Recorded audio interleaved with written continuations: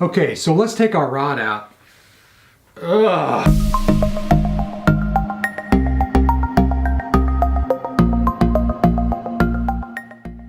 Hey fish people, Bruce Adams here, the Adipose Fin.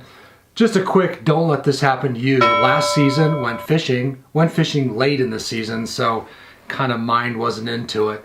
It was kind of sloppy that day. Put my gear away, didn't think anything about it, and it was a mess. Today we're going to talk about rod care, something that I don't practice very often, but hopefully you will, and together we'll get this thing figured out on how to keep our equipment clean and functional. Fly rods can be either super expensive or super cheap. Your call on that based on your budget, but they really can last a lifetime. Currently, with the synthetics we're using, carbon fiber, fiberglass, graphite, these things are almost impervious, but they do take some care, and the actual component parts do take some care. With multi-section rods, the weak spot, the area that gives you the most grief, is this ferrule.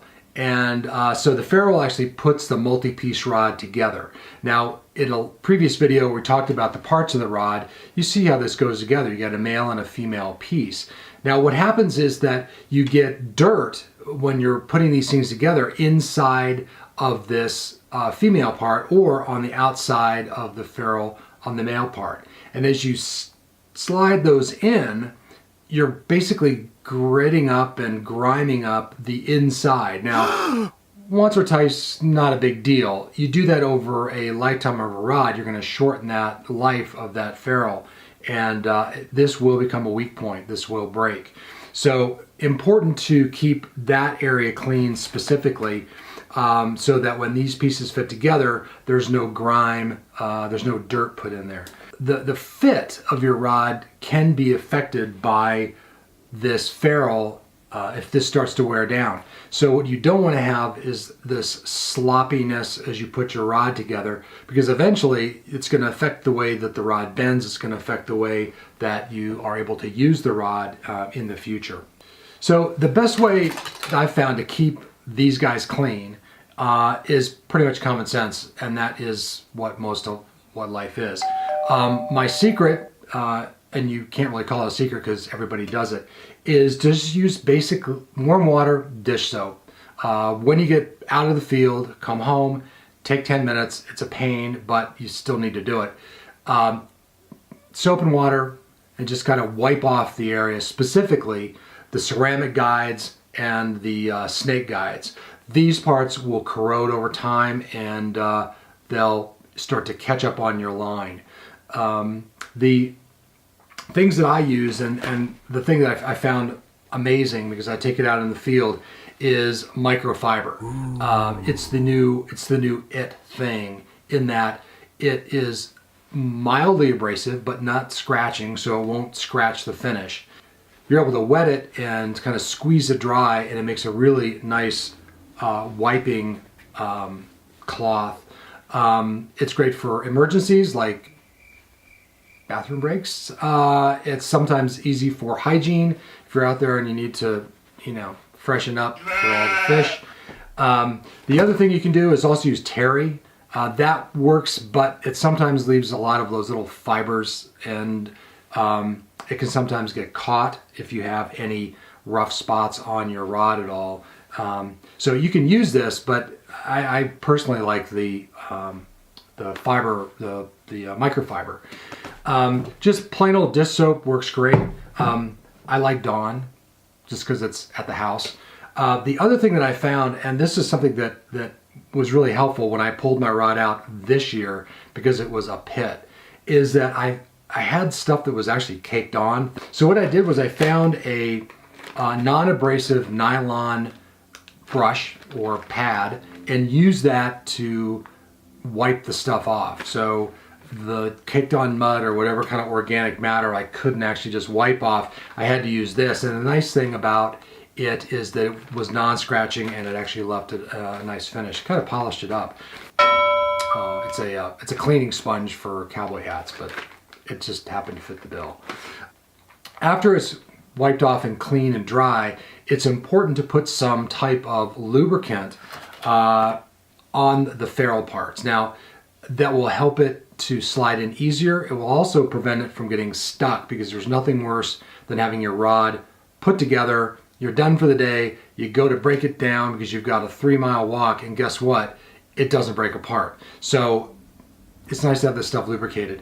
You can go out and buy lubricant that's specific for the type of ferrule that you have, whether it's a metal ferrule on some older rods, maybe the old bamboo rods, or you can get a lubricant for graphite and carbon fiber materials that's a nice dry lubricant. Try to stay away from the wet stuff because it attracts dirt. The dry doesn't attract dirt so much. The other thing is, if you're out in the woods, you forget it, just use some of the oil from your face. The area between your nose, the area behind your ear will sometimes have a lot of like sebum or oil. Just rub that on there. That'll help lubricate it as you put the rod together. Just remember that when you get home, wash that off, because it's a biologic and it will stink. Most rods come with some cool sock. It's usually some type of semi-water resistant material with a really nice like felt on the outside. It makes us feel good. If you don't have one of these, or if your rod is old, it's super easy to make these. We can do in our hack segment how to make one of these if you've either lost it, it's deteriorated, or you never got one. So stay tuned for that. Overall, the big metal, or I guess these are plastic now, rod tubes are great. They help keep not only the reel but the rod intact. It's hard, you're not going to break it, it's going to be pretty solid, and that is key. As far as the grip goes, most grips are cork, and it's, again, super simple. Soap and water, gentle rubbing of this thing, rinsing it off a couple of times, drying it either with your microfiber or with a terry towel, and letting it fully dry before you put it away will lengthen the serviceability of this, and will also kind of take off some of the oils that can sometimes discolor this. Now, some people like that because it shows that the rod's been used and that, you know, you're an old salt, but you know, it can sometimes get slippery, and so just keep it clean, your discretion on that. We'll talk about reel care later, and we'll get real. The other thing is kind of a sidebar, care of your rods in transport. So I've got a rod that breaks apart. It's 4 pieces. I mean, literally it is like this long, so really carryable. If you're using a rod that is a 2-piece, you're talking about using or trying to carry around a piece that may be 4 to 6 feet long. And how do you get that into your car? How do you carry that? People do make these rod carriers that go on top of cars. They're really cool. You don't have to break them down. You can just slide it in, lock it up, go to your next fishing spot. Many of us don't have $700 to throw into a holder for a fly rod. We're going to talk about in our hack section how to actually build one of those for a lot less, and it works just the same. So look forward to that in another episode. Gosh, what else can I tell you? Take care of your rod will take care of you. So I think that's about it. Please subscribe, hit the notification button. Please like us. Please leave us some comments. We'd love to hear your comments about things that you've learned over time on how to keep your rod clean and safe.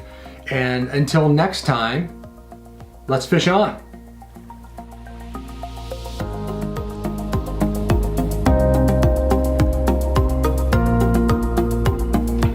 I want you to focus on me.